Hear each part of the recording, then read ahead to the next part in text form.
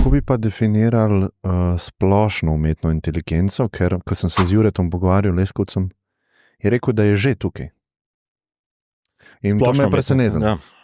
Ja, tisto, kar mi vidimo zdaj v laboratorijih, skoraj lahko rečemo, da je res, ja.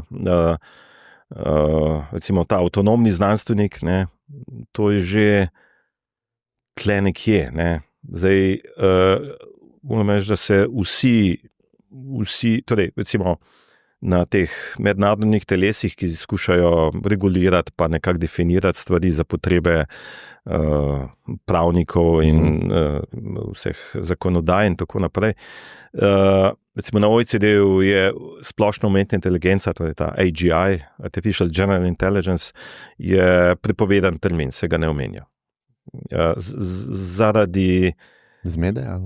Zaradi pomanjkanja dobre definicije, torej taka operativna definicija, ki se jo uporablja, je, da bo AGI takrat, ko bo računalnik opravljal večino del, ki jih ljudje delajo.